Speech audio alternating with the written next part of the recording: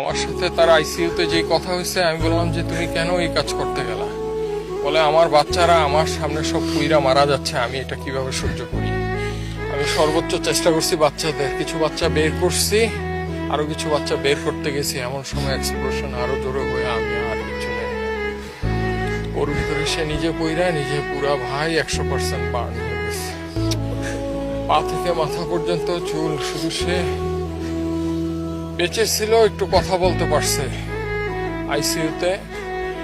তারা যখন চিকিৎসা নিছে এবং তাকে যখন লাইফ সাপোর্টে নেওয়ার আগ পর্যন্ত সে লাস্টে একটা কথাই বলছে যে আমার হাতটা একটু, ডান হাতটা দিয়ে বলছে আমাকে একটু শক্ত করে ধরো ডান হাতটা।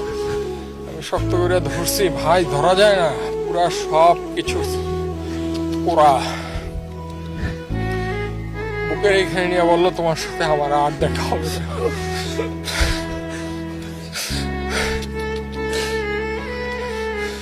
এরপরে ভাই ভেন্টিলেশনে নিয়ে যায়, এর 1-1.5 ঘন্টা পরে কার্ডিয়াক অ্যারেস্ট করে সে পৃথিবী থেকে বিদায়।